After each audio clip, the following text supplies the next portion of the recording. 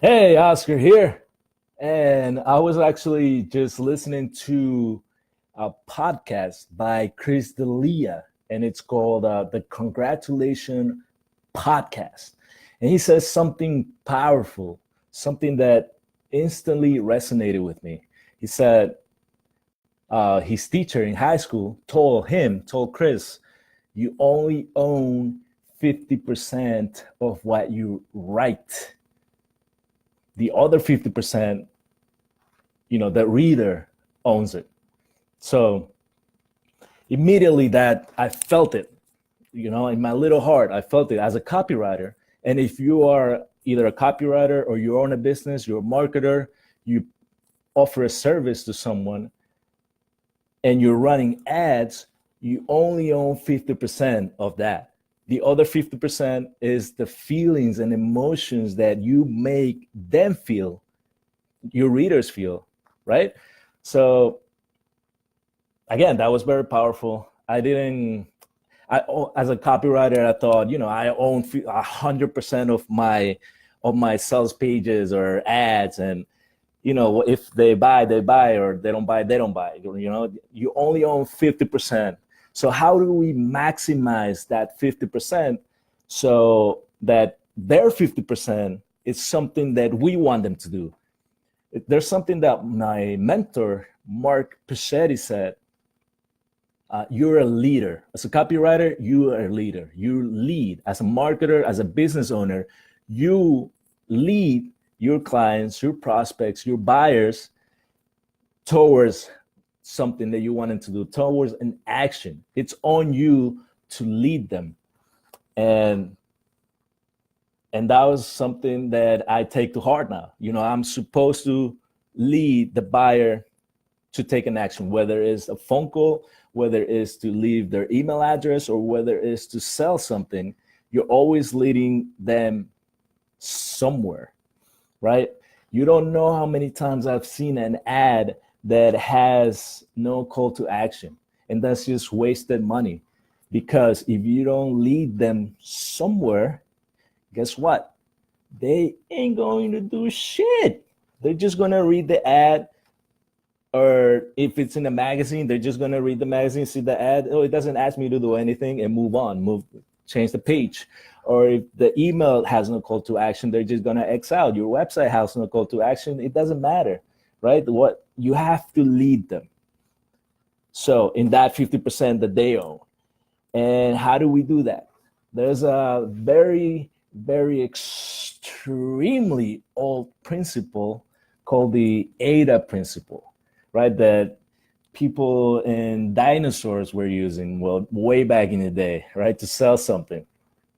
The A stands for attention, the I stands for interest, the D stands for a desire, and the A stands for action.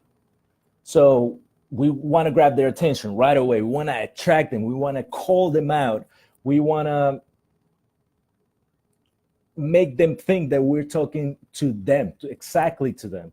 How do we do that? By knowing their language, by doing a little research, yeah, and knowing how they speak to each other, entering the conversation where it starts. So either with a problem or a goal that they have, right? You instantly connect.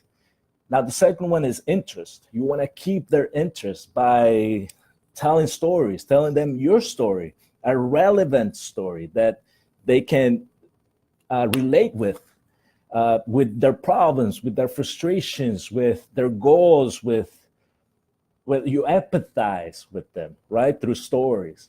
Now, the next one is desire. You build that desire, the anticipation for your product or service through the features, the benefits, the advantages of what it means to have your product as opposed to not having your product.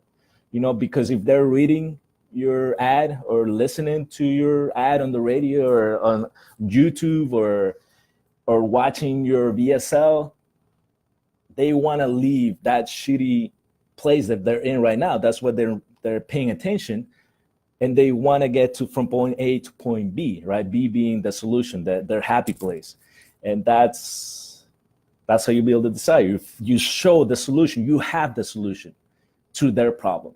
The last one, obviously, is action. You ask for an action. Always ask for an action. Always. Like right now, my action is going to be leave a like, leave a comment, or don't leave a comment. If you hate me, it's okay. It's all good. But always ask for an action, right? Because I'm tired of seeing all these ads. I'm tired of seeing all these ads that I just not asking for an action. Now, if you want them, you tell them. If you want them to leave their email, you tell them. If you want them to buy something, you tell them, you show them, you lead them, you take you, right? So that's it. That's how using direct response principles, you can take someone you can lead someone to the action that you want them to take.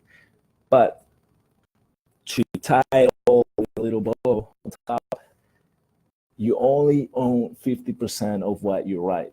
So we want that 50% to have all these persuasion triggers and direct response principles that are going to lead that 50% that the other person has to the action that we want them to take. All right. So you like this? Do this with your finger, press it on this button and like it. You hate it, just leave a comment. Tell me how much you hate me in my stupid face. And if you think someone's going to get something from this, just tag them. And if you're watching, thank you for watching. And I will see you soon. All right? See ya.